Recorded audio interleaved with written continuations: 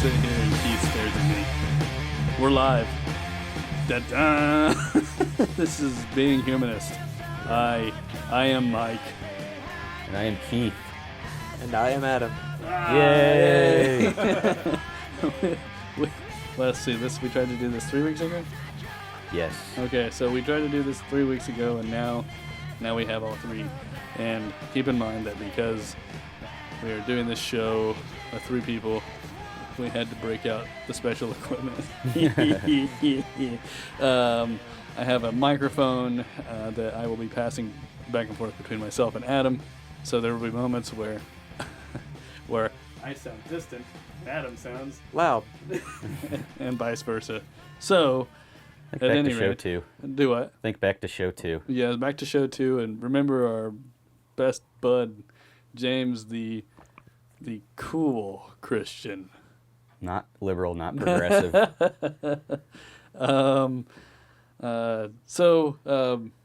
We had some really cool. We had a lot of downloads over the last week, which has been pretty cool. Yeah, very nice. We had a nice spike in downloads a couple weeks ago, just the last episode. We had like twice as many downloads as normal, which was super cool. I'll take it. I was like, heck yeah. Right. Thanks, guys. So please, we look forward to getting your emails. Get us at beinghumanist.podcast@gmail.com. You can find us on Facebook at facebook.com/beinghumanist.podcast. We're also on youtube.com/beinghumanistpodcast. And remember, there is no period. And Keith just set up our very own Twitter account. Yeah. Which I have done nothing with so far. He set it up, and I've been the one that's been doing all the work on it. I made a really horrible joke, or just not horrible, but just stupid. I felt like I was being one of those stupid dad. It was one of those stupid dad jokes. In reference to Ken Ham. Yeah, it was about the lion thing. Somebody else tweeted about the lion and the vegetarian thing. Oh, yeah. And I said something about, here's proof that we can tell Ken Ham's lying. Jeez. Yeah, see, it was pretty bad. Ouch. But other people retweeted it, so hey. Hey, all right. As long as I got that. It was bad. I was waiting for Keith to get at me, like, what are you doing? Oh, it's okay. So anyway, we've... I guess we should mention what is it that for Twitter? It's at Being Humanist PC, and that's capital B, capital H. There's no spaces, No. so capital B Being Humanist and capital PC. Mm-hmm. That's where you find us on Twitter. Feel free to follow us. Yeah. Yeah. And if we get followers, we might use it. Twitter's just one of those things. I don't really use it very often. What about you? I don't use it at all. Okay, there's that. Why did you decide to create the Twitter account? I just figured we should cover all the social media bases. I mean, it seems like Twitter is very often used in the realm of those that are trying to get there. You know what I'm saying? Like the more well-known people out there are using Twitter, so let's pretend that we're one of them. I don't know. I think maybe I'll do better with Twitter because, I don't know. I don't use it very often, but I think maybe with this I will. There you go. So, good job, Keith. I've given you an incentive to become familiar with Twitter. Before long, I'll be posting pictures on Twitter of Jesus in my soup or something. Oh, boy. Okay, anyway. Shall we move on? Sure. Sure. The top we've covered this topic in the last 3 or 4 episodes now. Are we beating a dead horse? Maybe, but you know what? We have to discuss it. This is a post-debate show, and we talked about before we even started recording today that we're going to take a little break from the evolution versus creationism thing after this. But how can we not talk about it? After all of the bullshit that we've seen online, especially that 22 questions from creationists to evolutionists little BuzzFeed thing that made me want to rip my hair out. And also, just want to recommend everyone to go to YouTube, look up Steve Shives. Oh yeah, great guy. Listen to his responses to those 22 questions. He does a wonderful job with them. Steve Shives. That's just the name of his channel. Right. Of course, you also Jacqueline Glenn. She Right. did some good stuff too. Yeah, Jacqueline Glenn put out a video that was basically a counter. It was 150 questions from evolutionists to creationists, something like that. Some of the questions were a little snarky, of course, because. How do you avoid snarkiness? It's tough. It's tough, and that's where I think guys like Bill Nye, I think he conducted himself in a gentlemanly manner throughout the entire debate, and I don't think that he ever seemed like he was condescending to anyone, except for maybe Ken Ham himself a couple of times. But I don't think he condescended to the crowd. The fish were sinners? Yeah. That's the exception. Well, this article that we have as our first part of our strategy for today, it does have a bunch of interesting quotes of Bill Nye in response to Ken Ham. Did you read through any of these? I did, yeah. I believe I read actually all of them. Was there any that you wanted to specifically read about, or should we just go in and talk about how we felt about the debate? Well, there is one that I wouldn't mind reading. I just thought it was kind of funny. In response to Ham's assertion that the finding of old rocks atop young trees undermines all scientific dating methods, Bill Nye said to that, if you find 45-million-year-old rock on top of 45,000-year-old trees, maybe the rock slid on top. And he made like a duh gesture. Yeah. And then he said, maybe that's it. That seems a much more reasonable explanation than it's impossible. Oh, I laughed at that when I saw it. If you want, if you can, you can you can grab the microphone if you feel like you need to. Or maybe hold up a finger. I want to speak. Yeah. I want the conch. I hold the conch shell.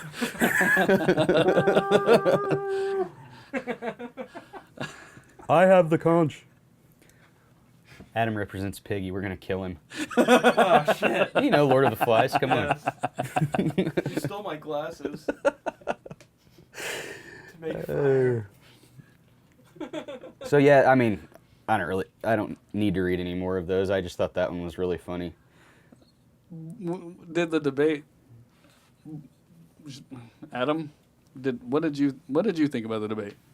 Well, at first I thought that it was a terrible idea that Nye would even give creationists like Ken Ham a chance, even.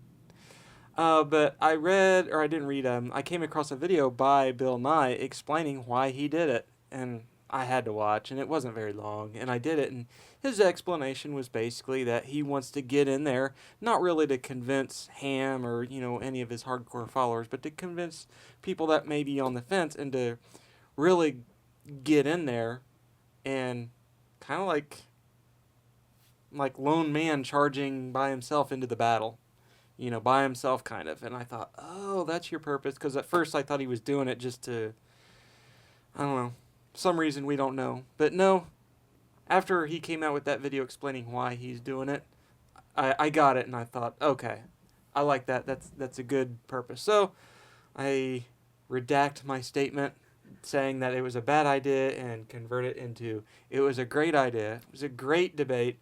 I stayed up until 2 a.m.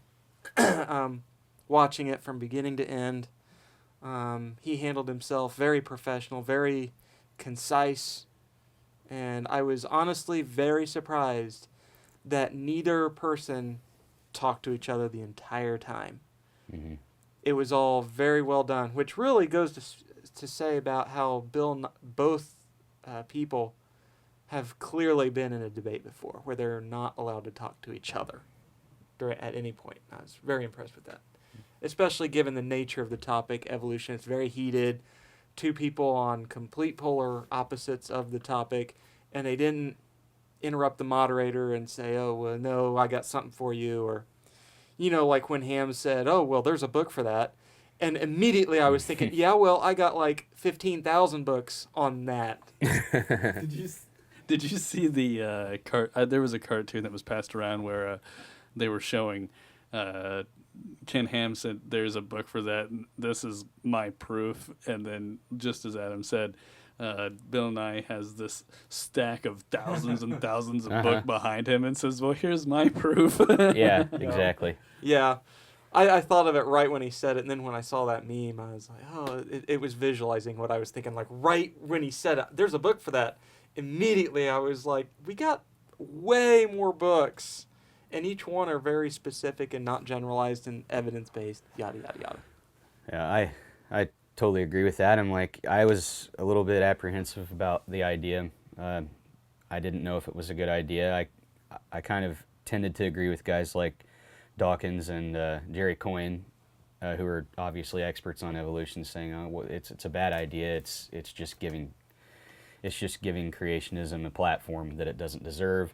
But then I think Nye maybe realized, and this is just me speculating here, but he may have realized that, well, we should give creationism a platform because it will allow people that aren't entrenched in fundamentalism to see just how batshit crazy the idea is. Because Ken Ham couldn't do anything.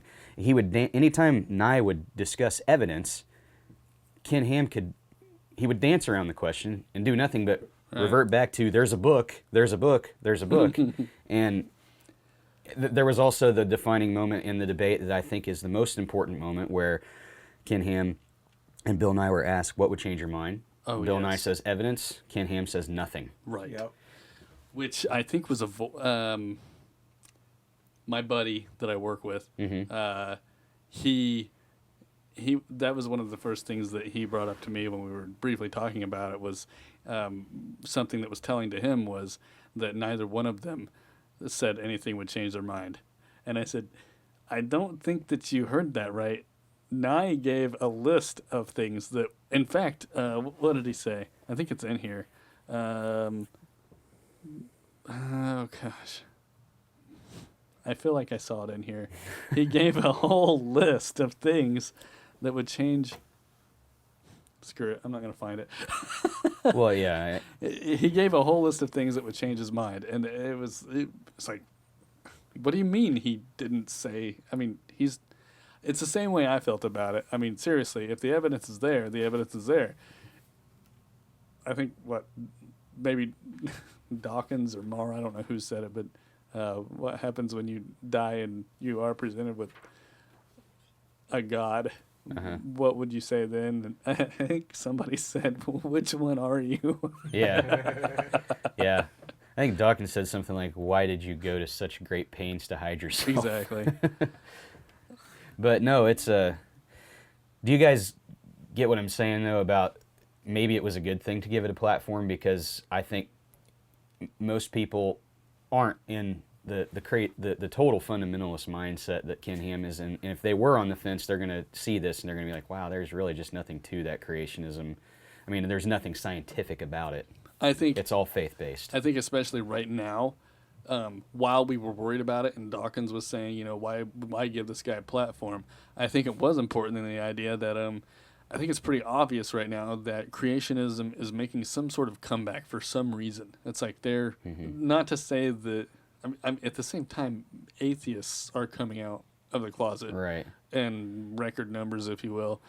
And I mean, obviously, that's changing. And I think that there's a lot of people in the middle ground who think it's nonsense, even though they still believe in God. Right. But there's a huge group of people. I mean, the belief in the ark and creationism and all this stuff it's really pretty strong, and it's kind of scary, and especially when we've got states who are wanting to make sure that stuff's in the public schools. Exactly. Yeah, I think it actually does make sense to make sure to point out how ridiculous it is. You have anything you want to add to that? Yeah, I didn't find a statistic, I just looked it up.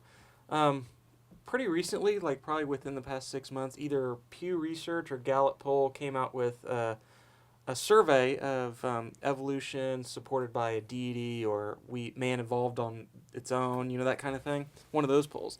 Well, sadly, young Earth creationism has gone up in the past, like Right. since the last time they did it, noticeably. I don't remember the statistics, but what I pulled out of it is I looked at the data in that poll, and roughly 20% of that people claimed no religion or atheism, complete flat out atheism. So I thought 20%. What I love making comparisons that like take something like that or the size of the universe or deep time or something and making it understandable. I love doing that. So to give you an idea of what 20% of that is, if you were to come across like the entire country, how do I read this? Basically, the national percentage of either African American or Hispanic, either one, are about 12.5% of our population. So in other words, for every 5 people that you see, one of them is either atheist or non-religion that we know of, because those are the ones that claimed it on the poll. That's not including the ones that didn't respond or refused to respond for whatever reason or something like that. Right. So 20% is more than the population of African American or Hispanic. One of the two. So there's your comparison. Yeah, and then to add on to that, just remember, like I had mentioned in the last census poll, the last Census Bureau poll, whatever, when it asks religion, I actually checked Christian, though I never went to church, never really even thought about religion that much. I mean, because since I've left my parents' house, I just haven't been a church-going type person, even though I still believed for quite a while. But how many people like me went ahead and just checked that box because that's what they were born into, and they hadn't really thought about it? Yeah. I mean, Pretty much. I don't even remember. I'm guessing. Let's see. When was the last census? 2010. They're every 10 years. Yeah. My guess now that I think about it, I'm not even sure if we got one, because we were living in our house in Alexandria. Mm-hmm. I may have to throw in the hey, but where we were living was kind of off the radar for some reason, and there was a lot of stuff that we didn't get because our address was funky. But I'm sure I know that I filled it out in 2000, and I'm guessing that I probably filled it out as none, but I can't remember. It's been a while. Mm-hmm. Another thing, maybe, how the creationism, those that subscribe to that seem to have gone up. Do you think that has anything to do with who some of our people in power are? Like, think of guys like Yes. Paul Brown and Michelle Bachmann and Pence. like Mike Did you- Pence, our governor. Did you look at the quote that he was asked directly, do you believe that God created the earth and all that? Or something. Do you Chris believe Matthews asked him that, right, on Yeah. MSNBC, yeah. that? interview. And he was like, oh, I believe that God. Ooh, that would be good. Right. Well, when these people see that our the people in power are saying these things, they're like, it maybe gives them a little bit of confidence to be a little rowdier about it. Like, I think maybe that's why you're seeing a resurgence in the creationism movement. It could be a factor at least, because Well, you can't say correlation equals causation kind of deal. Like, but it could be a factor in that. Like, you have to entertain that idea. It's if we have people in power that are complete wackaloons, well, the wackaloons are going to get out there and be more confident in themselves. I kind of want to counter that just from the perspective of a politician. See, I think a person in power like that, their job is to represent the populace. Mm-hmm. So when you get someone like Mike Pence, let's just say hypothetically he believes in evolution, or he doesn't believe in it. No one believes in it Mm-hmm. except the data and all that stuff. But let's just say he accepts it, or he just flat out doesn't know. Like, he's personally, I don't know if it's right or wrong, but I just don't know. But he's representing a certain populace in a conservative state, and if he says, oh, I believe God is a creator, he created all things and everything like that, then all of a sudden the conservative populace is going to be like, yeah, he's our governor, he's our governor. So he's torn. Half of him is he wants to represent the populace, and the other half of him is like, he's like a politician. If you're not taking candy from a baby one moment, you're giving candy to a baby in another moment. It's Mm-hmm. you see what I'm saying? Does that make any sense? I do see what you're saying. I think I'm a little frustrated, though, because as far as a politician goes, I mean, honestly, we go back to this often, with the whole separation of church and state. I mean, to me, it's better that he doesn't mention. Yeah. Well, then again, I guess Chris Matthews did ask him. He did point blank ask him what he believed. But I mean, to me, you shouldn't go that direction. You should just answer as you. I don't know if I'm going the direction I need to go with this. Yeah. But I think it's a little frustrating to me, and I will say that because he did, explain how he felt about things. To me, while it was already obvious that I was not a fan of the guy, I became even less of a fan of the guy, and I'm hoping that people were paying attention to that because, man, I don't want people to like that guy again. Right. But you have guys, but my point, though, was that, yeah, I understand what you were saying, Adam. My point is, though, that these people are being more vocal about it. You have guys like Paul Brown saying lies, evolution is lies from the pit of hell. Like, he actually said this. Yeah. And then you have that being even strengthened further, that kind of position, by networks like Fox News that almost seems like it operates like a propaganda wing for the Republican Party. Oh, it does. I mean, these notions of anti-science are getting stronger. You can't say, I mean, you have to say that's getting stronger in the last decade. It just seems more and more like there's an anti-science mentality from the Republican Party that you didn't hear like back in the 90s. Mm-hmm. Like, that's why I'm saying I feel like that we have more politicians getting elected into office that are holding these positions, and it's giving these people more confidence. That's basically all I was saying. Yeah, I totally agree with what you're saying, and it's a little scary. Yeah. I mean, seriously, it's between Bobby Jindal down in Louisiana. Yep. See, I mean, we got people like Michelle Bachmann. Who does she represent? Minnesota. Minnesota. Yeah. Pence here in Indiana, and a number of people who are in power here in Indiana, period. Mm-hmm. I mean, it's seriously a red state. And think about this, too. You have a lot of the way the districts are drawn up are actually kind of, it gets people elected that you don't want to be elected. And also you have certain companies funding certain candidates and keeping other candidates out of, I mean, this is, the people that are being ran are not, they're not in the best interest of the people. They're in the best interest of the companies that are giving them money. Mm-hmm. And the way the districts are drawn up, too, has something to do with that. Oh, yeah. I was going to say that a lot of it is our culture in general. And what I mean by that is people used to think. They used to ask questions and things like that. I got that impression a lot from older people. They still kind of do that now and again. But what I think is our population, particularly the young people, basically from our generation and younger, is more concerned with what the Kardashians are doing rather than the latest mission to Mars. Pause. Thank MTV for that. Yes, MTV has done everything it could have done to destroy music, but fuck them, I'm going to like music the way I want it. Anyway. Sorry, continue, Mars. Okay. So the point is, people realize that science is hard. It's hard to understand. It's hard to get. So the natural, I hate this, it drives me crazy, that if not A, default to B with no questioning.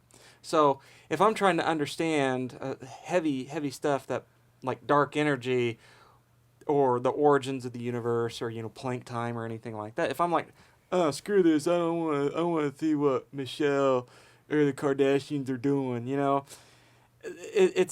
it's hard, so they default to that. So therefore, anyone with a good quality voice, well-defined arguments, and who can shout, oh, evolution is not real, it's phony, it's a fake, it's from the fiery pit of hell and all this stuff. And then it's like that person who is more interested in what the latest trends in Hollywood and fashion, and this is an example, I'm not picking on a certain group of people or anything, they're going to kind of get intellectually lazy and go and support a candidate that will tell them anything they want to hear as long as it's not hard to understand. Does that make any sense? A lot. Thank you. Yeah, it does.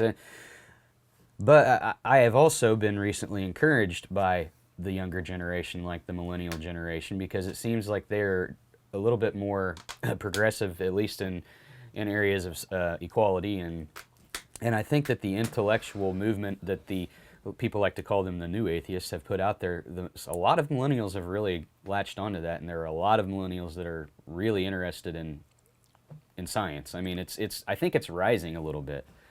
I actually just saw a really fantastic. Yeah. Right. Okay. Yeah. I saw a really fantastic cartoon yesterday on Facebook. It was talking about the old atheists and the new atheists, which to me, I'm thinking to myself, we're atheists. What's the big deal? But the way they described it was the old atheist was sitting there, and he questions the religious pontiff or whatever you want to say, and they say, "You shut up, you shall not speak," and they just sit there and do nothing. And the new atheist does the same thing, and they say that, and they say, "No, I will not shut up." That's pretty much true. So I think maybe as I read that, I thought, man, that makes a lot of sense. I'm wondering, I mean, are we becoming, I guess we are becoming, we're doing this. Becoming vocal. Like, the new atheist movement is obviously a reaction to being completely sick of being shut out of the equation. Like, we don't have a voice, we're not represented, and we're tired of it. So I think a lot of us are getting a little more vocal. And kind of going on what I was, maybe to correct my other statement or to define it better, is there's a polarization in the younger people.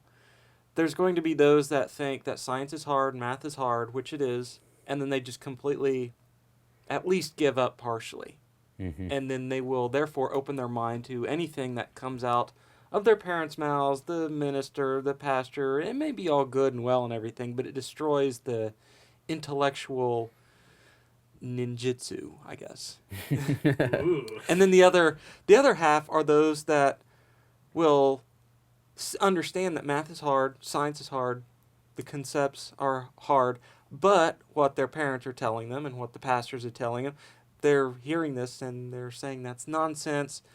What I have learned on my own, even if it's a basic, scrolling through Wikipedia and just getting the basic concepts and things, what you're saying makes no sense. Really, are you going to tell me that all these animals went into a ship that had a quarter of the volume, I guess, the tonnage of the Titanic? Yeah.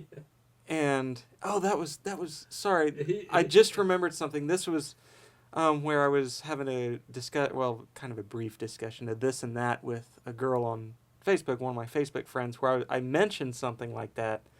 And she came back saying, well, there's a separation of kinds. Like Noah only put... I'm sorry, go ahead. Keith is growling. And I'm growling in my mind, but I got to verbalize this.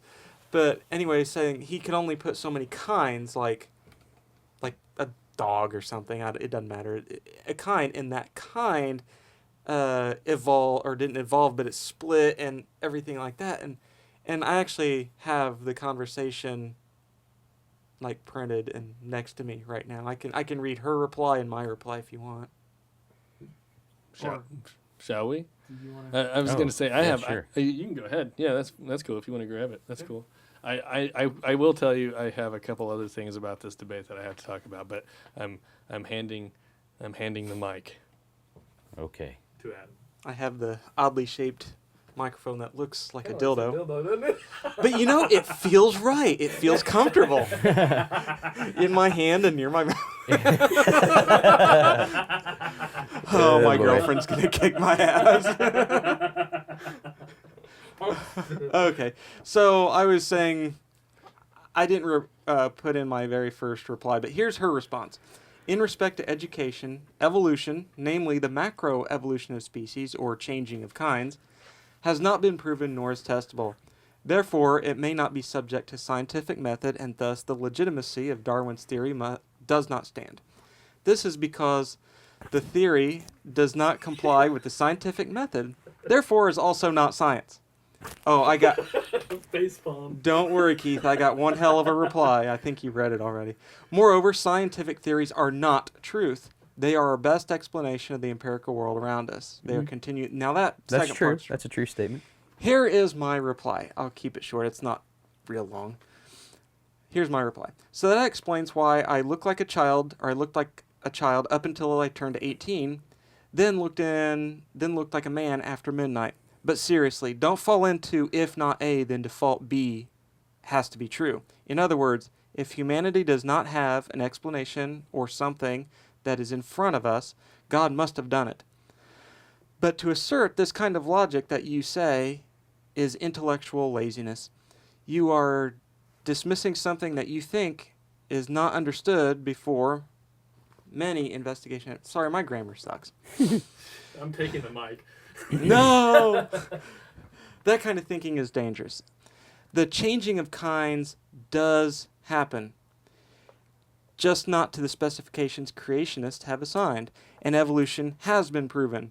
There is significant evidence across the entire spectrum of life sciences and non-life sciences. Creationists isolate themselves in Scripture and each other. That second part's correct because they just pass sayings back and forth. It's a closed system. Has creationism ever been successfully peer-reviewed? Maybe in 1850. Darwin and others are treated like the plague by creationists. Why? Have you ever read The Origin of Species? The whole book is presenting observations he has made and constructed an explanation, a hypothesis, and later scientific theory, so convincing that evolution far explains nature, far better than creationism. That explanation is the only construct that explains what we see today and we have found in the world. Nothing else comes close. Evolution occurs at such an incredibly slow rate. It evolves branches with modifications ever so slight. Slight generations of species may pass unmodified. It does this over a very long gradual rate, and it is not random or accidental. It is a very specific because evolution does not allow any weakness. That weakness is in quotes.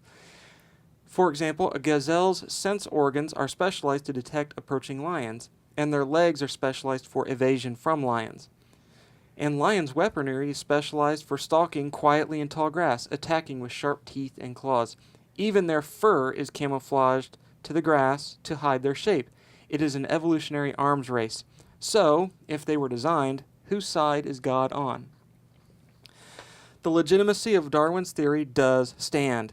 It stands fantastically slow. So, I love that line. And if man were created, then why do humans suffer from back pain?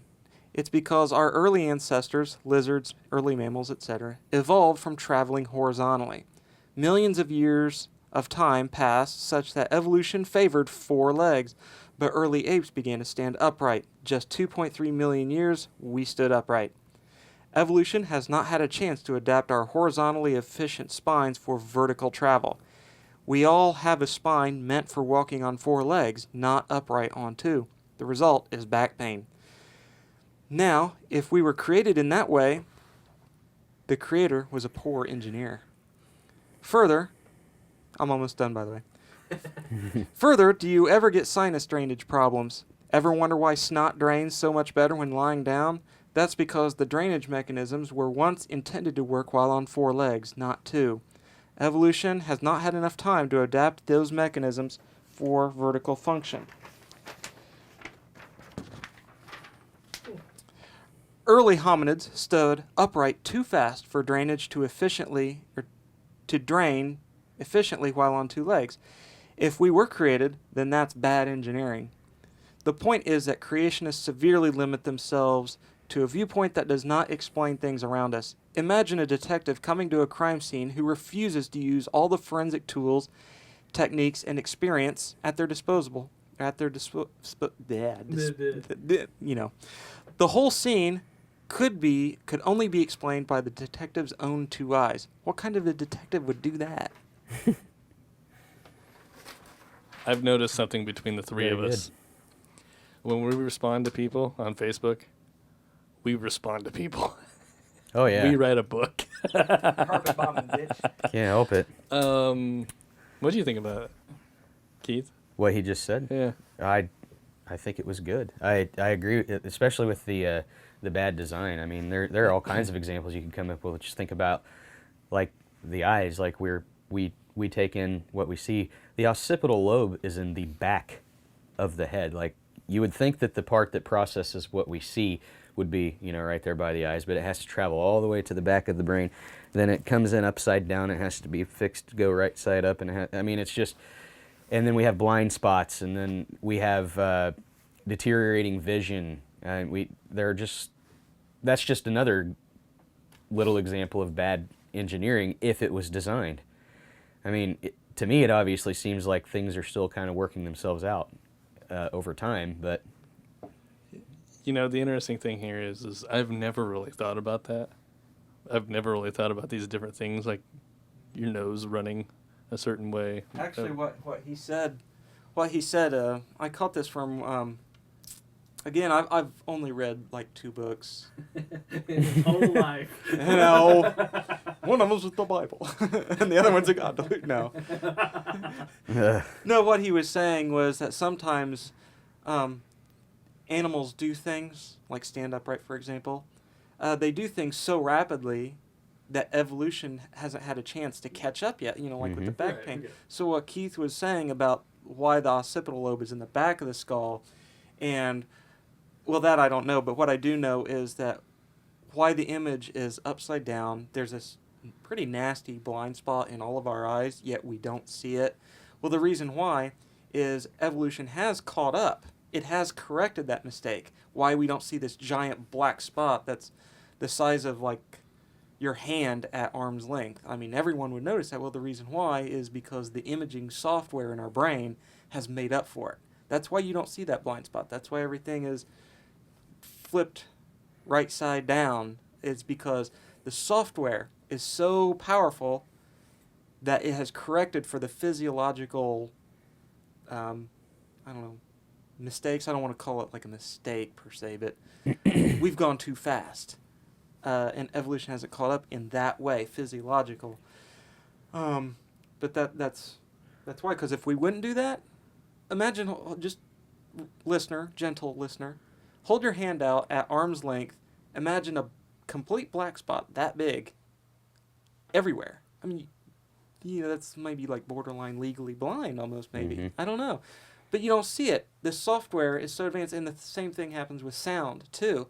Like how certain sounds will sound like one thing, but yet you instantly know that it can't be that, for example. That sound part's kind of a bad thing, because I'm more familiar with the visual aspect than the audio aspect. Yep. That brain, man, it's crazy. It's probably the most complex structure on the entire face of the planet, the human brain especially. Yeah. With that big old forebrain cerebral cortex that we have compared to other mammals, and My mind is blown. yeah. I think I read somewhere where the human brain, it consumes like 25% of all the oxygen that we have. Something like 15% of all the calories that we take in, minimum 15%. If you're like studying or cramming, it's probably more. It generates something like 20-ish watts of power all the time. Mm-hmm. And we don't have, teeth and claws and fur and, pack hunting skills or anything like that. But what we got is we got one hell of a CPU. Yep. Which is why we were able to do what we're doing today. We got all kinds of electricity going on all through our body and in our brains. I do have to say there were 2 things with the Electrical impulses. We should probably I don't know if we should continue for long on this the debate, but there were 2 things in the debate that did bother me.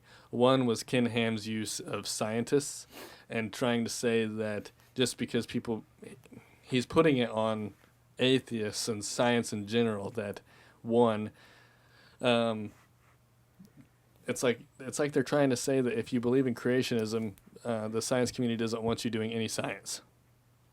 I'm like, what? What? I don't. That just kind of blows my mind. I mean, what does creationism have to do with designing some cool new electronic device or something? You know what I mean? Right. That kind of bothered me, and not to mention he made sure that one of his sources in science in the science world was somebody who designed the what was it, the MRI machine? Yeah. And I'm like, what does that even have to do with this discussion? Mm-hmm. Why does that guy's work have anything to do with this discussion?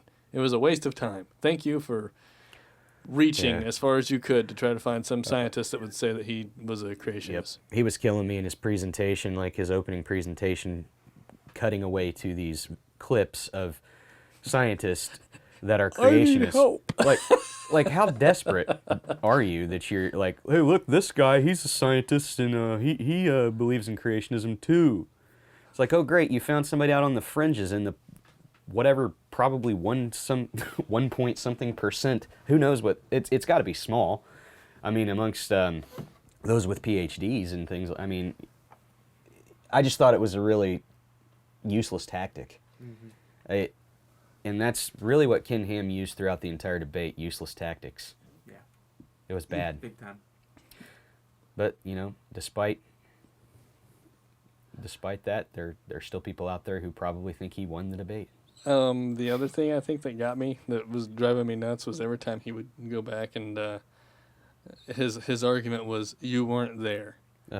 You weren't there. You don't know what happened. Who's to say that those rocks didn't just appear? Who's to say that that tree didn't show up with rings already in it or whatnot? So you know? the most... And I really, really wanted Bill Nye to turn around and say, well, you weren't there when the Bible was written. How do you know what happened? Right. And who cares if we weren't there? Like,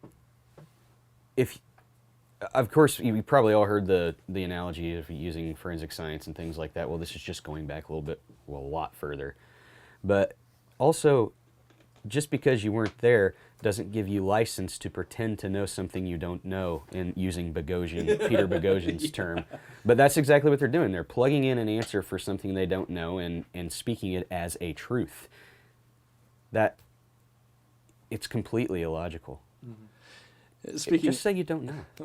Speaking of which, I did get that one. I brought up on my Facebook page the whole bark and the lava, the bark, and it was one of his arguments we made reference to it with plate tectonics. Why the bark would be younger or older than the lava. Yeah, I noticed your geology teacher actually answered that question pretty well. Yes, and she used to be a young Earth creationist, I discovered, which totally blew my mind. Mm-hmm. But the one thing I wanted to bring up was I was a little frustrated because I had mentioned that, hey, if you can show me the evidence, I may change my mind. And a classmate of mine from high school jumped on that and said that she was very happy and thrilled, basically, that I would accept, that I had an open mind and would accept Jesus. And I immediately had to respond with this, hey, yeah, sure, I will if you can show me the evidence. But then I had to go into the, for me, it's the classic argument of, you were born here in the States, which pretty much makes you Christian. Accident of birth kind of deal. Had you been born in India, you'd be Hindu. Had you been born in ancient Norse, you'd believe in Thor. Greece, you'd be Zeus. Do what? I used to believe in Thor, but now I've decided to give my allegiance to Ra. Yeah. So, I mean, Smart. it's that whole argument. I mean, literally, depending on where you're born is dependent upon highly, what you believe in. And I was so frustrated because that stayed there almost the entire day on my Facebook wall. There was no comment, although people just kept liking my comment. They keep liking it. And I'm thinking, okay, people, you're going to have to stop liking this because I'm thinking that she's feeling really intimidated by this and she doesn't know how to answer it. And then my geology teacher stepped in and she had the whole, faith, blah, blah, blah was her thing. And then finally the classmate of mine liked her post. And I was like, come on, you guys are missing the point. How come you are not answering my question? Why does everybody avoid the question based on birth? Oh, they totally avoid it. They do, and I think it's because they're scared. They're completely scared to acknowledge that what they believe is bullshit, and it's totally dependent on where they're born. Right. That's something that deserves contemplation, like from anyone. Obviously, I've completely rejected religion, but that's something that I used to think about as a kid. I mean, I used to ask my mom those questions. And of course, you remember me telling you she would say that, well, if those people don't find out about Jesus, so I'm sorry, they're going to hell. But yeah, everybody should contemplate that. I mean, and you're right, they run away from that question. Like, I remember asking my sister, and her was like, well, who's to say they're wrong? Like, you're just giving yourself another thing to think about there, though. Ooh, there's like, the Bogosian. Yeah, I mean, who's to say they are wrong? But how do you know that you're right? Well, I mean, it kind of keeps coming back to that. It's just like, why settle on this? It's all about comfortability. It's all about cultural. It's completely cultural. I mean, a huge part of it is cultural. Not completely, but a huge part of it. Comfort, culture. I think it helps them deal with death anxiety, things like that. I think continuing with that thread of the conversation on my Facebook wall, one thing that I was super excited about, which another friend of ours pointed out, was who is a believer. He said he was very impressed with the way this conversation was going, and he was impressed that no one was calling each other names or stupid or anything like that. It was a very civilized conversation, which made me happy. I don't know if that was because of the way that I approached it, and people just stayed level-headed. I don't know. Yeah, well, you always do seem to approach these arguments in a very civil manner, and yeah, no one resorted to ad hominem crap, and it was a nice discussion. I agree with our friend. Yes, which we will leave nameless. Who is more progressive than I could have ever imagined it seemingly lately. Do you think he's listening? I don't think so in that sense, but he's definitely very into the social equality kind of deal. Like Is this someone I know? Yes. Okay. I think I know who it is, but I'm not going to say. Hey! Hey! I don't think you can hear it that well. I heard it. But I'll make sure. I was driving and I heard that, and I'm like, what the fuck? So, I mean, I hope everybody appreciates my extra sound effect when somebody says something they shouldn't say. Hey! right. Now, just we've gone 47 minutes on this. yeah. So, might want to just make a brief mention then. Like we mentioned earlier, there are 5 states that are still trying to get creationism into schools and or add a measure that would allow parents to sign a permission slip for their children to leave the classroom. Boo! The biology classroom if evolution is a topic of discussion. That's frightening. And those are in the states of Missouri, Oklahoma, South Dakota, and Virginia. I'm sorry, 4 states. I said 5, but so those 4 states are still. It'll be Indiana before long. I wouldn't be surprised with the way things have been going around here. It's just. It's like I will storm the Capitol. Yeah. It's shocking that in this day and age, when everyone is just like seeing in the news all these discoveries, like today, I actually saw an article today about how NASA is conceptually, and I don't know what developmental stage it's in, but a type of ion drive that can get to Mars in 39 days. That's amazing. Instead of 250 or something like that. I have heard about the ion drive. That's amazing. Yeah. And I mean, that's one example of all the incredible things. Like, we're able to do this all through advanced computers. Like, your average calculator, like not even a TI-83, is more powerful than the moon lander. I mean, all these things. And at the same time, it's like we're taking no, that's actually true. I know. It is. Processing power. It's amazing how computers have advanced. But at the same time, it's so confusing that all this technology and advancement in medicine, et cetera, even in defense and war and things like that we're taking a step back. If there's a way for the 14th century collective looking at us, they would probably be like scratching their heads. It's like you guys have air conditioning in your car, and at the same time you're believing what I believe in. Mm-hmm. What the shit is that? Just goes back to that. I mean, it's just like they're all too content to enjoy the products of science while they lambast it. It makes no sense. And I don't even think they realize that they do it. Like, they're on the internet typing to me something about some anti-science message using a medium that was created through the application of the scientific method, so I can see this in real time after you press enter. I think I mean, it's I had a smart. you're using the PC / Mac / using Facebook / whatever. Did you know that Bill Gates was an atheist? Did you know that Zuckerberg. Zuckerberg Mark is an Zuckerberg, atheist? yeah. Did you know that Apple, Steve Jobs, Steve Jobs was a Buddhist? which is pretty much an enlightened atheist. Well, not enlightened, but a spiritual atheist. Well, yeah, that's basically what I would say. Yeah. I mean, And the founding fathers were strong evidence that they are deists. Like, go through and read some of Thomas Jefferson's quotes, Oh boy. and the whole thing just screams atheist. Now, most of those quotes, I think, are after his political career, so I think he was bottling it up the whole time. Yeah. And then once he was done with politics, then numerous letters that he wrote to, I think his son-in-law, maybe other people, friends, were like shockingly anti-God. I mean, like pretty brutal too. Mm-hmm. I think that they saw the really disgusting things that were going on, but I think what I find more interesting is these founding fathers, these enlightened people, they managed to get in power, but the people who voted them in, I can only imagine that such a huge majority of the country at that moment was seriously, it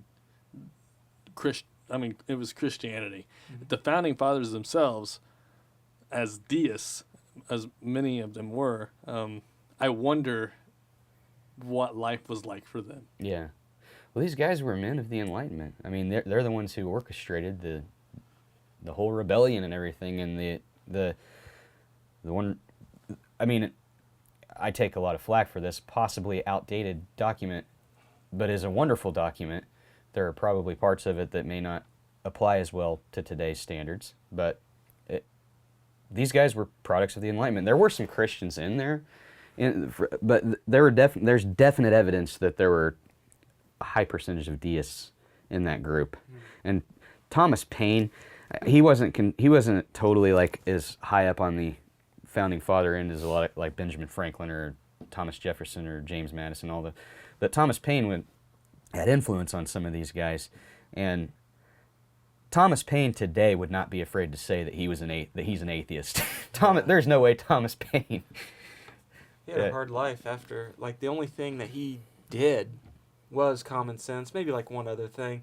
Mm-hmm. That's it. I mean, like after that, he died broke. Yeah. He had a hard life. I don't know the specific details. History buff would probably know more than me, but it was a shit life after that. That's the only thing he is common sense. The Age of Reason, was Thomas Paine's most sought after. I mean, that's his most recognized work. That's one of the that changed my life. Mm-hmm. The Age of Reason is one of the things that really the wheels were turning, but the Age of Reason got them really turning. And that's just another tiny little piece in the puzzle for me of like, oh shit, I don't believe in any of this. But anyway. So what do we do about this? Could creationism become law? These 4 states. Well, do we have listeners in these states? I don't know. But what I think will happen is I told you I saw a positive out of this, believe it or not. I pulled a positive out of this story. Say that all 4 of these states, or a couple of these states, actually do pass these things. And once again, just like it always has been, someone is going to sue someone is going to sue. Waste of tax dollars. Right. But someone is going to sue to say, no, you can't do this. This is violation of the Establishment Clause. And a federal judge is going to have to step in. They're going to have to preside over this thing. And I think if this keeps happening, finally there is going to be a major case to settle this thing once and for all across the board.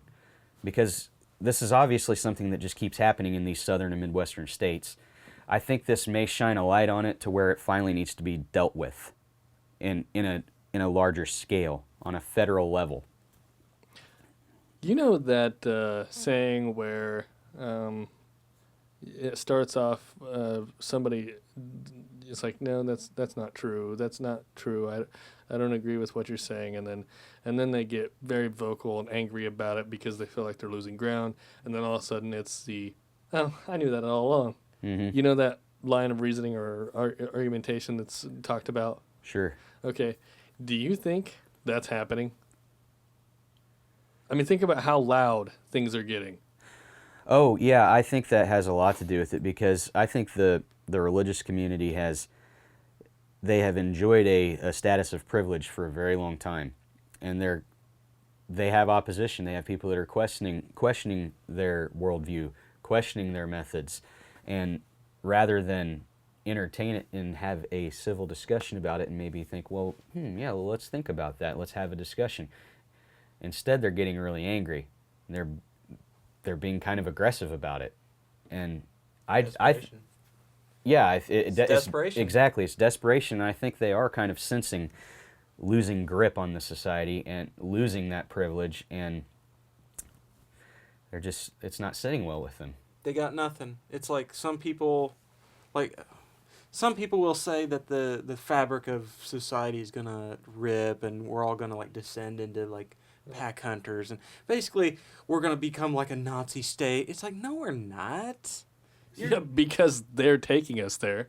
You're full of it. Yeah, I call exactly. people like that like hardcore heavy hitting creationists with power. You know, like the elected officials. I call them, and probably their followers too, American Taliban, because they're exactly like the Taliban, exactly, except across a large body of water and landmass in a different religion. That's the only difference.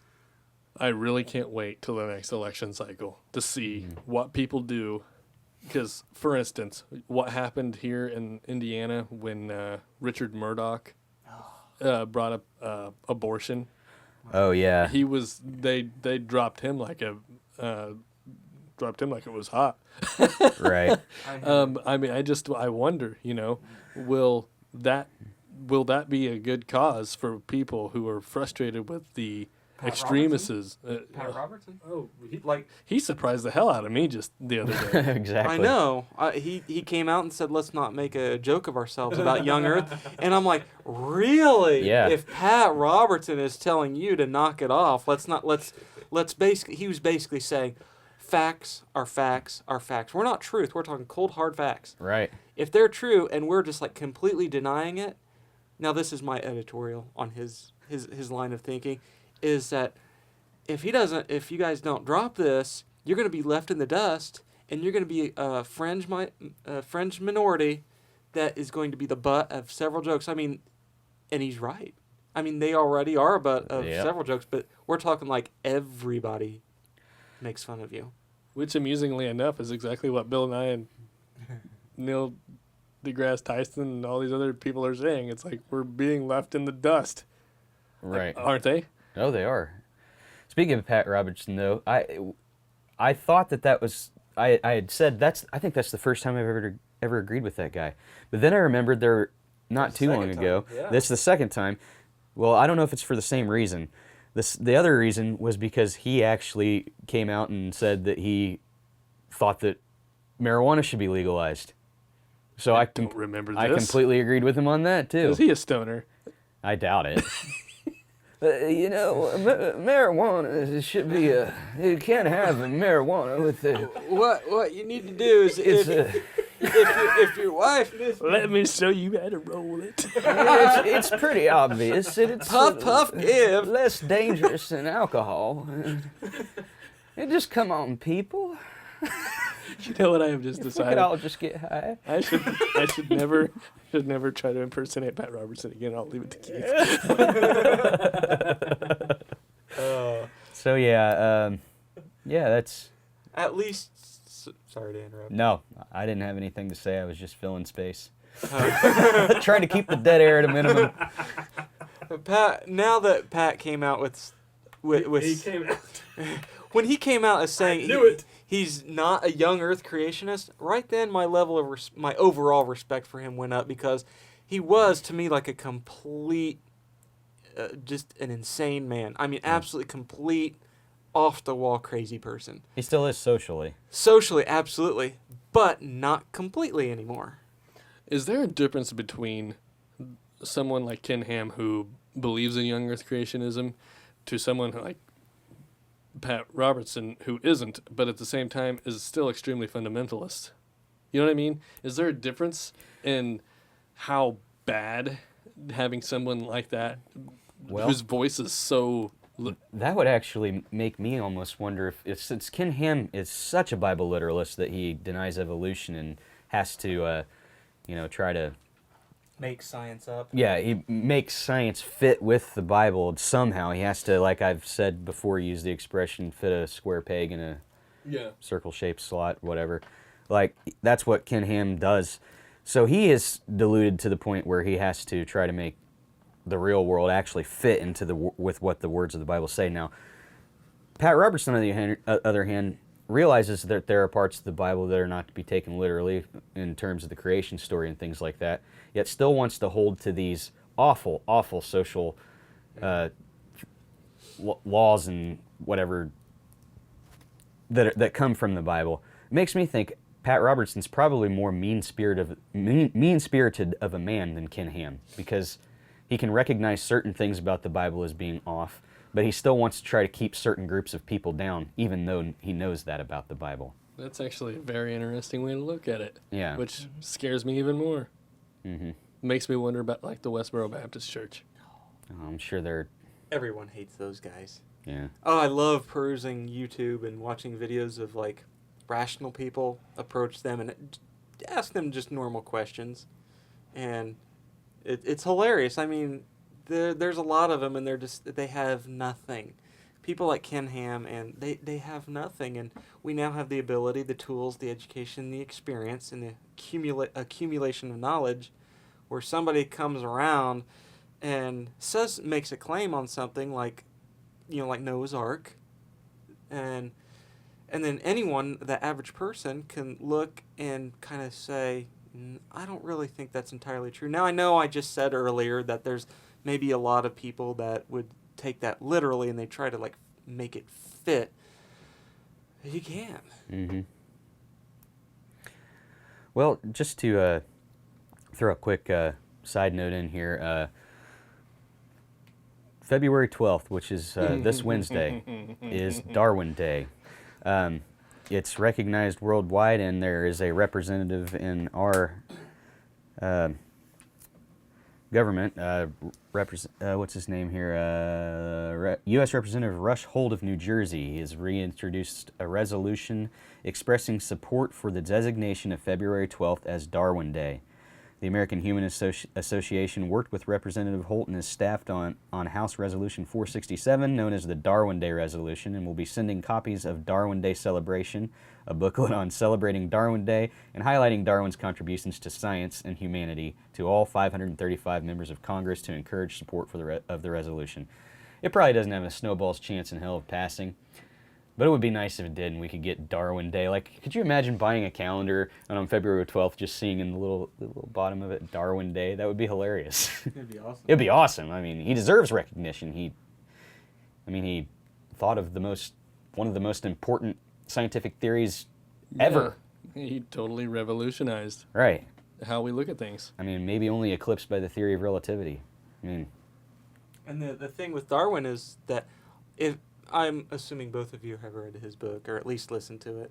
It's not like incredibly long. I mean, it's very doable. Like on the origin of species, yeah. On a long trip, like if you, like a 4-hour trip, you can listen to the whole thing.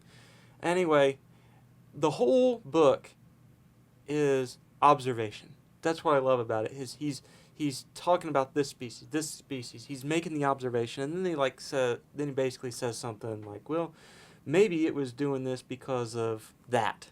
Mm-hmm. Like the arms race example and stuff. Sorry I can't provide any like immediate examples right now, but that's not the point.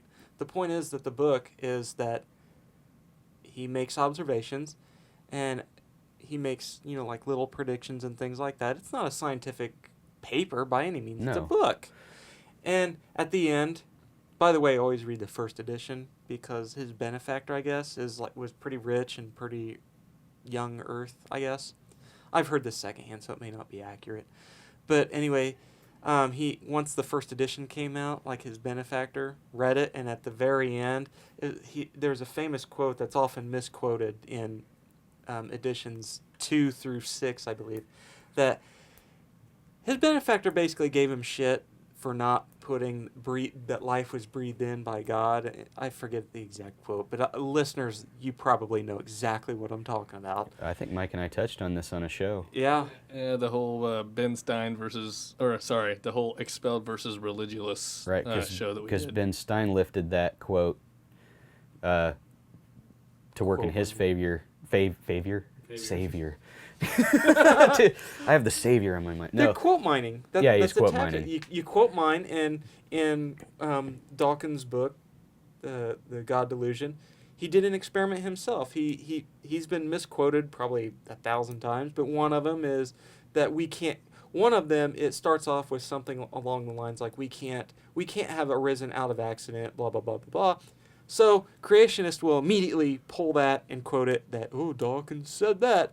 But he did a Google search of that quote, and something like a huge number was that quote, and it stopped. But like Right. a really small number, like 1% of the overall number was the complete quote, which was the following 2 or 3 sentences after that. right. That basically said, I can't remember exactly, but basically that there was more to that quote. That was a complete thought. And speaking of On the Origin of Species too, like you mentioned that it was a book of observation, and it was a novel idea at the time. When that book was written, they didn't have the luxury of the advanced testing methods that we do now. If Darwin could be alive today to see where his idea has gone and how it's been elevated to the level of a scientific theory, and how so many of these things that he thought might be true turned out to be probably true, lots of evidence for it, I can't imagine how happy he would be. Like how just it's kind of awesome to think about, like how brilliant of a man he was to not everything that he said probably has come to be. I mean, but it's just amazing how brilliant. What kind of mind does it take to just come up with all of that, and then it's validated through the scientific method over the years. 155 years, not one thing has come to knock it off its perch. Yeah. Nothing. Yeah. Except crazy nut jobs like Ken Ham trying to. Right. And then shoved it right back in his face. Right. Who complain that there's no evidence in the fossil record. Well, actually, there is a huge amount. Like some people will say that there's only one Lucy. Why is there only one Lucy, which is Australopithecus. Afarensis or Africanus? I think it's Afarensis. Yeah. I'm gonna look that up though. Well, we're splitting hairs here, but the point is, I just want to know. like, there's So keep actually talking. what I've read is that there's several fossils of that species. There's several fossils, and I think I read, if I remember this correctly, like a dozen skeletons. What makes Lucy so special is that she was the first. But there's actually like several skeletons of that species and lots of fossils. But like creationists will say, well, there's no missing link. Well, Lucy, you bring up Lucy, and then you have 2 gaps, and then you bring up another, then you got like 3, 4, so on.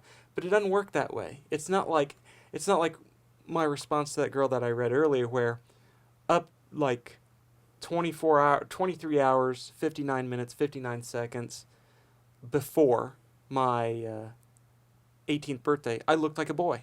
And then boom, that second clicks, boom, I look like a man. It doesn't work that way. It's very gradual. You going back 10,000 generations might be exactly the way you are now. Very little difference. And 10,000 generations from you might look and appear genetically identical. But you go back a long way, like, well, for a human, that's a lot of generations.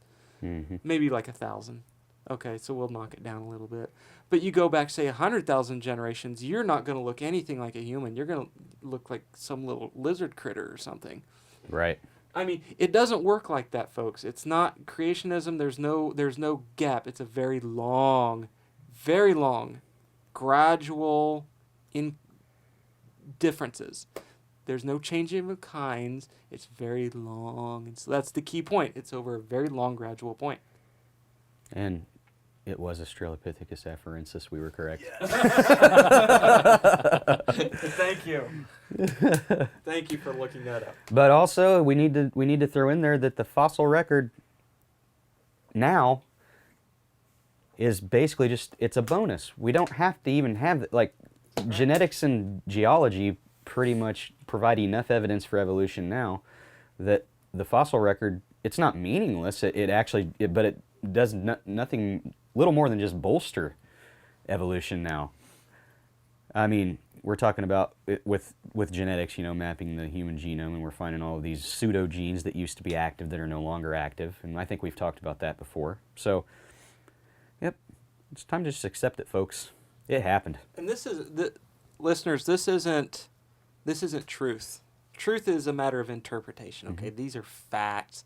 This is so much evidence out there, and this is beyond the scope of the show about presenting the evidence. This is just like a casual discussion between three guys that are familiar with this subject. You want facts and data? Look it up on your own. We don't have time for that. It would benefit you so much, even if you just typed in evolution in Wikipedia's search engine and just spent some time with it and click on the links. Let your mind go free. And when there's so much evidence pointing to evolution and nothing else makes sense, it's only evolution, then I think you would be absolutely convinced that there's something to it. And yes, it is a theory, just like gravity's a theory, because we don't know what carries the force of gravity yet. But I guarantee you, not with complete certainty, that if you jump off a tall building, you're probably going to get killed. That's also a theory. So go out and, don't go out and try it. I'm being a smart ass. Yeah, and we've expressed we've explained the definition of a scientific theory several times on this show. Good. Okay. I was going to take it there, but I thought... Yeah. You've probably done that before. Oh, we have. Didn't you listen to all our shows? Yes, but my memory ain't so good. So yeah, I guess there is this did just pop up into my head. They were asking Nye in the debate, or both of them, about the what started it, what happened, and they're like pressing him for the answer because science knows everything. no, it doesn't. And Nye said, Or else I there don't would be know. no need for science. Nye was not afraid to say, I don't know. Right. We don't know. We're going to keep searching. I think that was a pretty... And that's exciting, and that's what I encourage to any of the listeners, is scientists and enlightened people, they're not afraid to say, I don't know. They ask me, well, where did dark energy come from? Or what is that? And I can give an opinion, and I'm like, I don't know. And a lot of people do that. There's nothing wrong with saying, I don't know. It's actually worse to make up some cockamamie story about a bunch of animals on a wooden ship, et cetera, et cetera. It's like, you're not even trying. Just clock out. Well, the religious Go get a coloring book, would you? The religious talk about being humble. What's more humble than saying I don't know, rather than pretending to know something you don't know? Good point. That's nice. I like that. That's... I love Bogosian. Yeah. He just keeps pouring out of you. I can't help it. Like, the guy resonates with me. Like, his whole method of thinking. Like, Is he a podcaster? Or? No, he wrote a book called A Manual for Creating Atheists. Right. I've heard of that book. Yeah. Yeah. It talks a lot about the Socratic method, and it's just really good. You should definitely read it. I mean, I need to expand my library. I'm up to this point. I'm limited with 2 books, both by Dr. Dawkins, and even though both of them are monumental in terms of evolution and religion at the same time, it's time to expand into that. Like get some other authors in the mix. I'll tell you this on the Manual for Creating Atheists. I think there is a quote. It's either by Dawkins in it or somebody else, basically saying that this book should be offered in conjunction with the God Delusion. Like they're like the perfect pack. Cool. mm-hmm. Yeah, I'm sold. Yeah. I mean, it just basically is, he offers just so many different ways to promote critical thinking, and they're great. I need to get some Hitchens too. Yeah, God is Not Great is a good one. I've read that one. Yeah, I need to read A Letter to a Christian Nation. I hear that's pretty good too. Or is that's Sam Harris? Isn't That's it? Sam Harris. Yeah. What is it that Hitchens wrote something along those lines? Fuck it, I can't remember. But we thank him for it anyway. Yeah, I'm sure it was amazing. But Our viewers can go out and look at viewers? it. Or listeners. Sorry. It's all right. It's technicalities. I'm a bit tired today. That's why I'm not as talkative or rough voice. This is just kind of a long day. It's all right. Where are we on we're time? An hour and 15 minutes.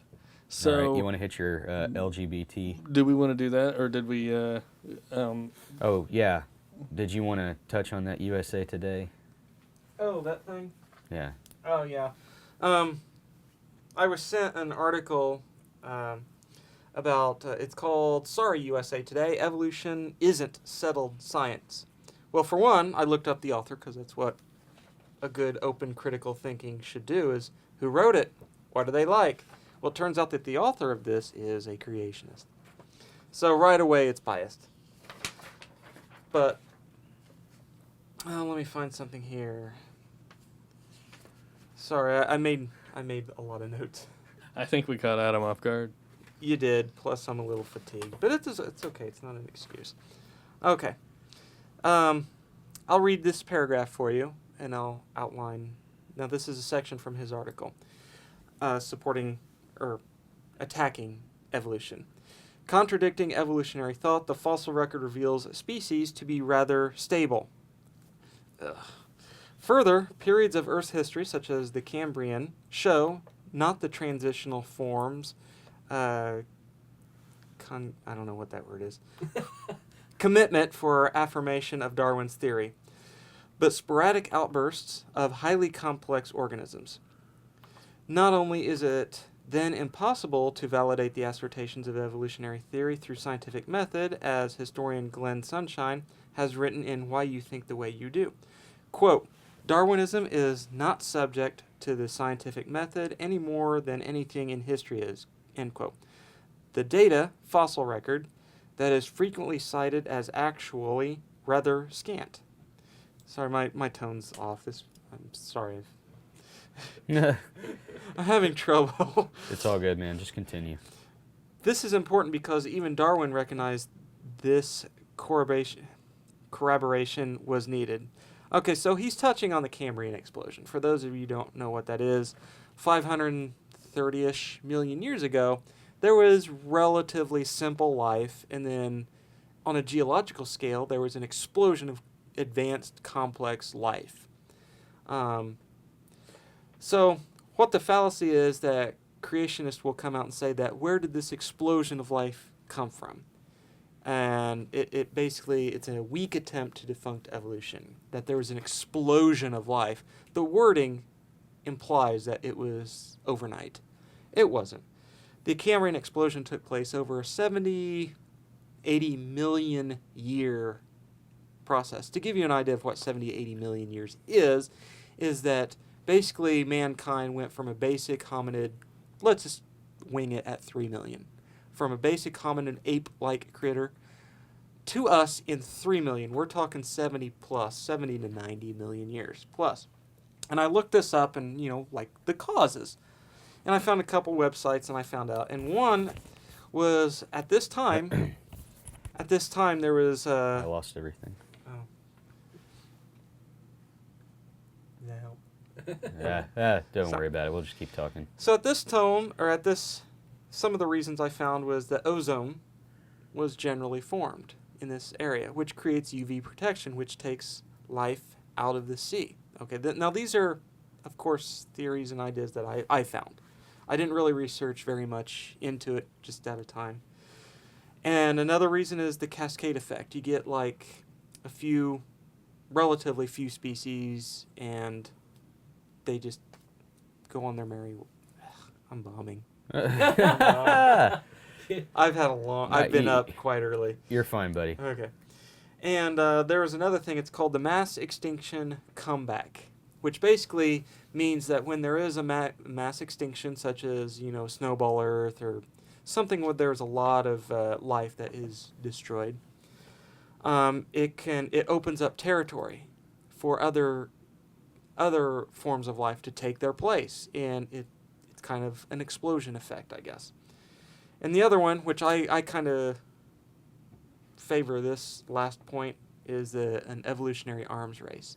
There was simple life, things like that, and then one creature develops this, the other creature develops that, and then all of a sudden you got a cascade effect, like I mentioned earlier, but it's in the form of an arms race. So there's that, an evolutionary comeback, an evolutionary arms race with predator-prey relationship, and combine that with over a 70 million year period.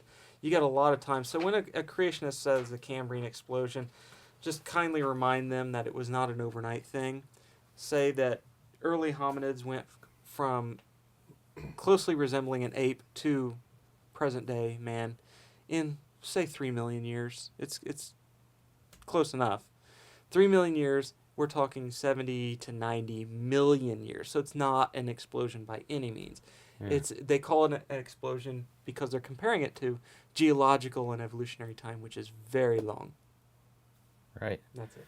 I read the article, and just real quick, the thing that pisses me off is he completely made his argument based on the fossil record, did not take into account any other branch of science that provides evidence for evolution. He completely went off the fossil record, which is, it's an outdated tactic. It was a bad article. So, go ahead. There you have it. That's the one of our local personalities that we Oh, was that who that was? aren't. No, he didn't write it, but he shared sent it that. to me. He shared that article on his page Oh. and must have personally sent it to Adam. Yeah, he did. One day maybe we'll name this character by name. We'll name this character by name. Anyway, one day. Maybe we can invite him on. Oh, I don't know. Just kidding. Just Well, kidding. if he and I can be in separate rooms, that might have to be a Skype day for me. No, I'm just kidding. Just kidding. I would be civil with the guy. I hear he's actually a really good guy. He is. I met him. I met him a couple times. He didn't know who I was because when I was commenting on his Facebook page at the time, most of my posts were very sarcastic. I mean, just like heavy sarcasm. I phrased it in such a way that just basically it was less direct. But anyway, he came into my place of work, and I don't think he knew who I was, but I knew who he was, and I wanted to just calmly say, "Do you know who I am?" And he would be like, "Well, no, not really, I don't." And I'd say, "Well, my name is," and I did that manually. Yeah, there we go. My name is, and then he'd be like, "Oh, okay," but I didn't really want him to associate me as a person, more like just a smart-ass troll. But his skill, like, he is profoundly skilled at rhetoric. He knows all the tactics. He knows his stuff inside and out. He knows most of our stuff inside and out, but the thing is, he uses his skill and his knowledge and contorts things grossly into his favor, which makes him a very worthy opponent. It makes him very difficult to debate. However, if you have all the facts locked and loaded, you can shut him down. But he's also extremely prideful. In fact, that was that's his middle name that I gave him. His middle name is Prideful, and if you knew his full name, then it'd be funny. But he's very prideful, and he's one of these types that is right even when he's wrong. He's an expert in confirmation bias tactics. Oh yeah. And he's a freaking teacher. Yep. Anyway, That's the worst part. we're our listeners are gonna be like, "Who is this guy? Who is this guy?" Maybe we should just change the subject. The only thing I want to point out is, it's those people. You have to understand, they're people. They're friendly.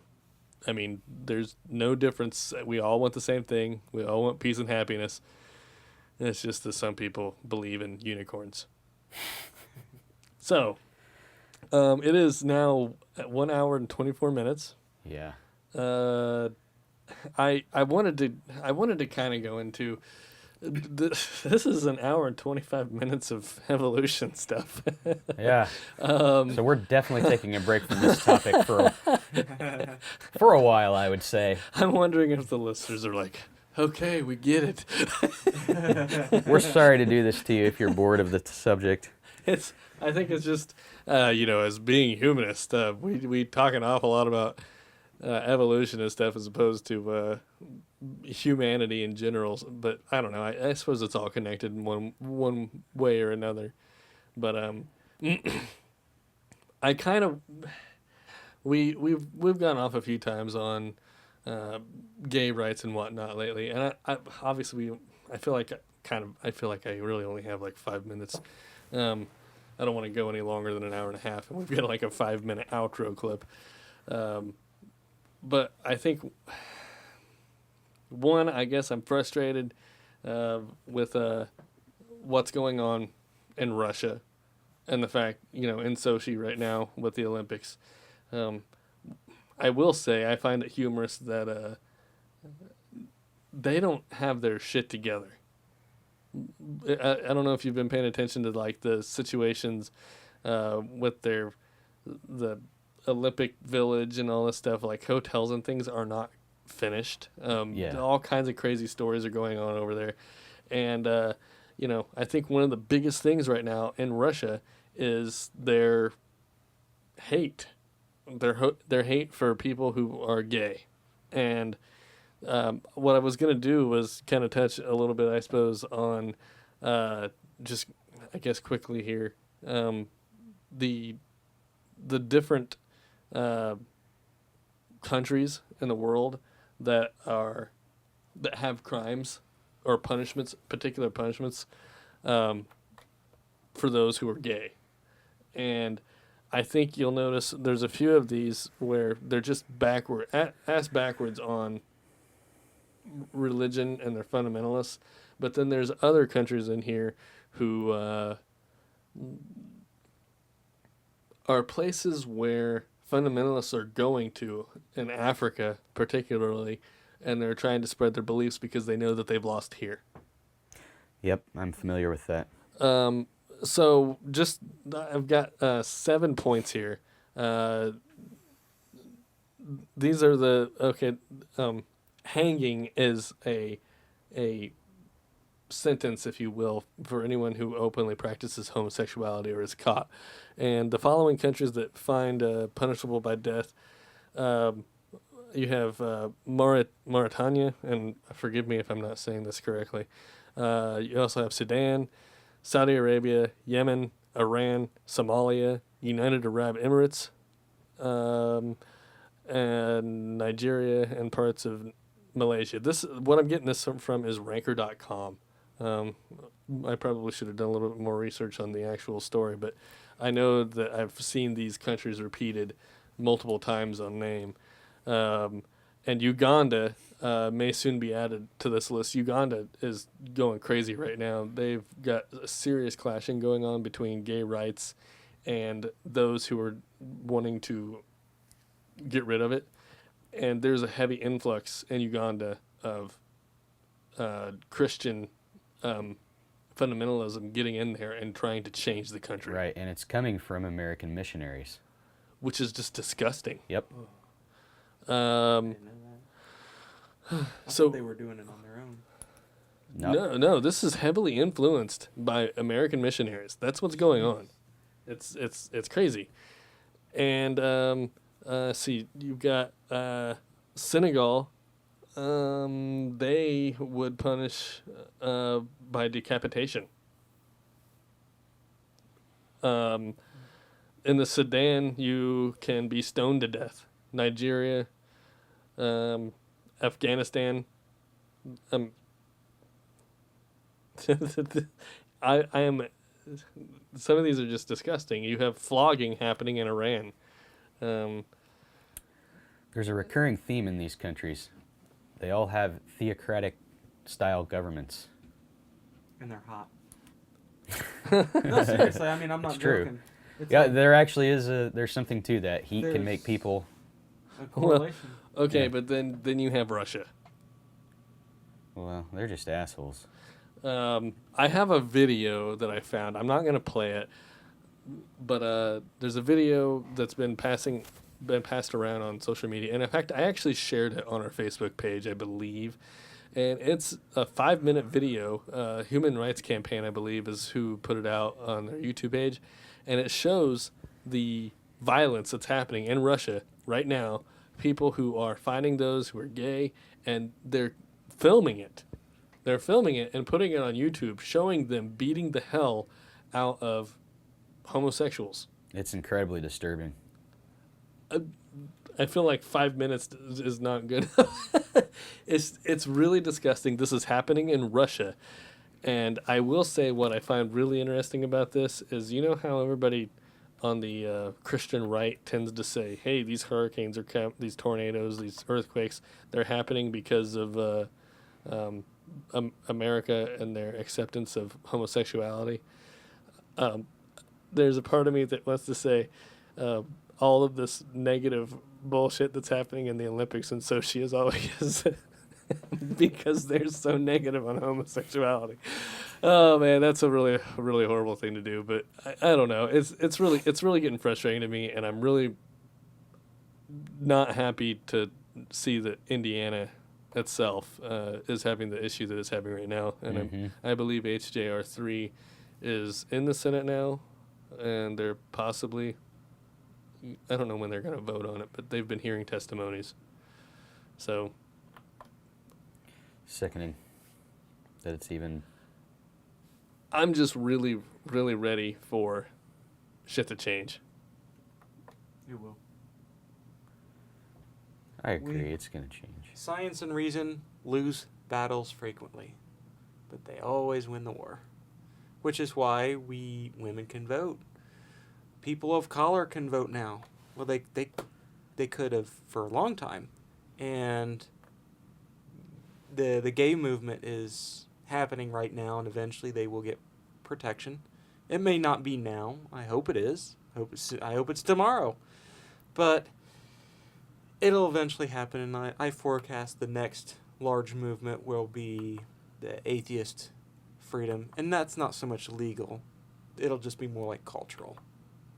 I think one thing is for sure, and I think it's happening, and it's probably why it seems so vocal on the religious right, and I know we've talked about it already, but I think atheists are really starting to say, are getting their voices out there, especially like, what's the American Atheists president? He American Atheist Association. David Silverman? Silverman, yeah. He regularly is on Fox News, and his whole point of going on there, even though he knows he's only going to get 5 minutes at a time, is he's going to get to slip in those little jabs and make a point on something so people can hear it, not just so that it's in their head, because there are so many believers who have these thoughts in their heads, but they're hearing somebody actually say it, and that's his reasoning for going on Fox News, because he's guaranteeing he knows that most of us are probably not watching it because we don't care. But he's getting a chance to get his little bits of atheism out there, humanism, and make people question things, which I suppose is maybe a really good way to end the show. Absolutely. And make sure we tell everybody to keep thinking. Yes, please, keep thinking. Adam, is there anything that you want to end on? Anything you want to get out? Yes, I do. I think our listeners would do very well by not only listening to our show, or your guys' show, I'm a guest here, would be listening to this show, among others. But the biggest thing is to go out and learn for yourself. All the books and the literature that we mentioned, go out and find it yourself. Spend some time on Wikipedia. I know that Wikipedia is not the greatest source for scientific evidence or, readings and things like that, but it's enough. Go and just, in the great words of Morpheus, free your mind. Go crazy. Well, we just... Oh, goodness. What was that movie? The Matrix? The Matrix. We just got a Matrix reference. Which pill will you swallow? Both of them, dude. See what happens. Oh, man, that might be fucking crazy, man. Yeah, Who let's knows get what'll crazy up happen? in here. Yeah. I'm game. All right, I guess that's our show for today. Remember, you know what? We would really love to hear from everybody, especially if there's a show topic or something that you're very interested in hearing us talk about for whatever reason that people are listening to us. I don't know. I hope that we're giving some sort of or entertainment, or at least, I don't know, maybe it's helping people get through and wanting to come out as an atheist or humanist or whatever. But please, we'd love to hear from you. beinghumanist.podcast @gmail.com is our email. Find us on Facebook, facebook.com/beinghumanist.podcast. And YouTube, there is no dot, youtube.com/beinghumanist. And now we're on Twitter, thanks to Keith, who hasn't used it yet, at beinghumanistpc. That's throwing me off. I keep wanting to say podcast. Actually, I wondered if that had anything to do with the difference between PC and Mac at first time. It was so lame. Where do I sit? So anyway, we want to end the show on a 5-minute clip of the wonderful Sam Harris, who is very inspirational. We all listened to it before the show. We decided that this was a really great way to end it, and we hope that it's inspirational, Thought-provoking. Engaging. and that you have a wonderful day. And don't forget Wednesday, which I'm hoping I'll have the show out by tonight or tomorrow. Wednesday the 12th is Darwin Day in our own hopes and dreams. So, Kiss a creationist. kiss a creationist? I don't know. That's fantastic. He killed him with love. Go there kiss you a go. creationist. Make sure it's the same sex. Kiss a creationist.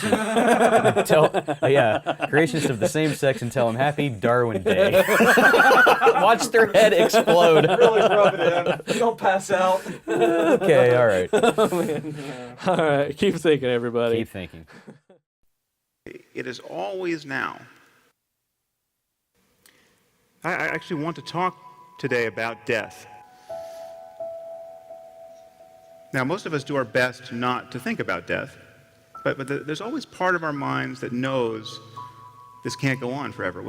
Part of us always knows that we're just a doctor's visit away or a phone call away from being starkly reminded with the fact of our own mortality, or of those closest to us. Now, I'm sure many of you in this room have experienced this in some form. You must know how uncanny it is to suddenly be thrown out of the normal course of your life and just be given the full-time job of not dying or caring for someone who is. But the one thing people tend to realize at moments like this is that they wasted a lot of time when life was normal. It's not just what they did with their time. It's not just that they spent too much time working or compulsively checking email. It's that they cared about the wrong things. They regret what they cared about. Their attention was bound up in petty concerns. Year after year, when life was normal.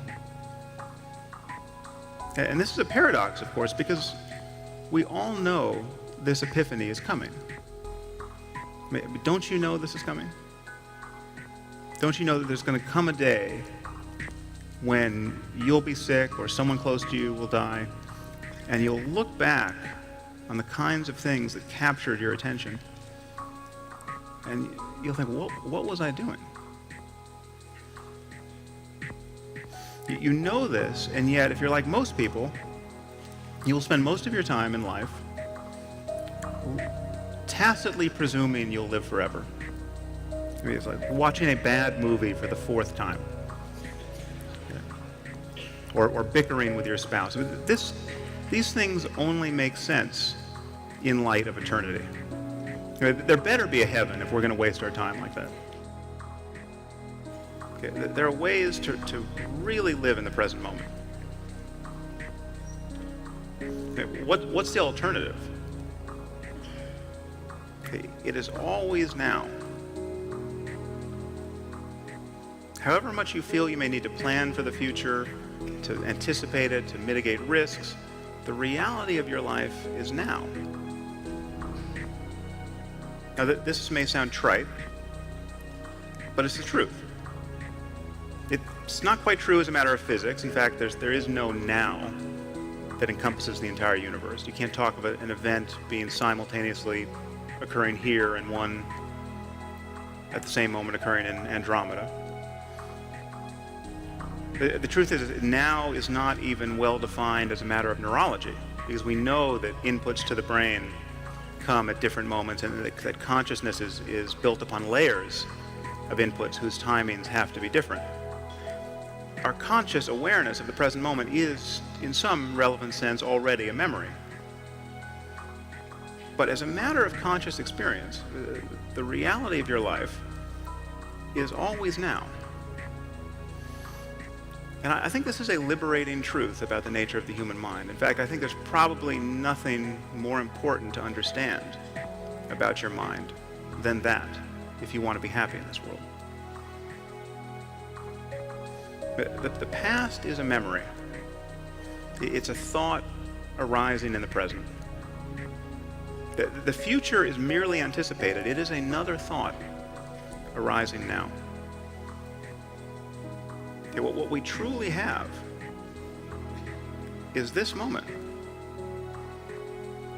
and this, and this. And we spend most of our lives forgetting this truth, repudiating it, fleeing it, overlooking it. And the horror is that we succeed. We manage to never really connect with the present moment and find fulfillment there because we are continually hoping to become happy in the future. And the future never arrives.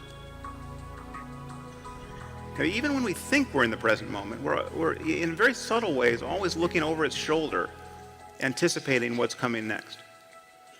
We're always solving a problem. And it's possible to simply drop your problem, if only for a moment, and enjoy whatever is true of your life in the present.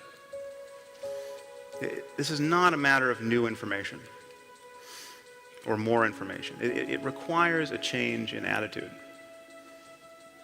It requires a change in the attentiveness you pay to your experience in the present moment.